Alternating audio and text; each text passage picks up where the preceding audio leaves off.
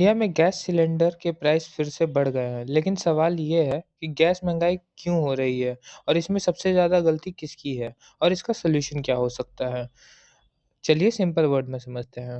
सबसे पहले रीज़न ये है कि ग्लोबल ऑयल और गैस प्राइसेस, एलपीजी के प्राइसेस इंटरनेशनल मार्केट से लिंक होते हैं। जब दुनिया भर में ऑयल और नेचुरल गैस महंगे होते हैं, तो इंडिया में एलपीजी के प्राइसेस अपने आप बढ़ जाते हैं।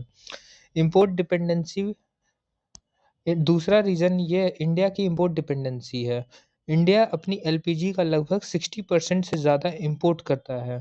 मतलब अगर मिडल ईस्ट में टेंशन बढ़ती है तो ग्लोबल सप्लाई डिस्टर्ब होती है और इंडिया के गैस प्राइसेस बढ़ जाते हैं। गवर्नमेंट पॉलिसी तीसरा फैक्टर सब्सिडी पॉलिसी। पहले एलपीजी पर सीधा सब्सिडी मिलता था, ज़्यादा सब्सिडी मिलता था। धीरे-धीरे सब्सिडी कम कर दी गई हैं, इसके कारण प्राइस इंक्रीज़ हो गया है। सबसे ज़्यादा गलती किसकी है? अगर देखा जाए तो सबसे बड़ा फैक्टर ग्लोबल एनर्जी मार्केट और इम्पोर्ट डिपेंडेंसी पे है। गवर्नमेंट पॉलिसी भी इम्पैक्ट करती है, लेकिन जब ग्लोबल प्राइसेस बढ़ते हैं और इम्पोर्ट डिपेंडेंट कंट्रीज़ के ऑप्शन लिमिटेड हो जाते हैं।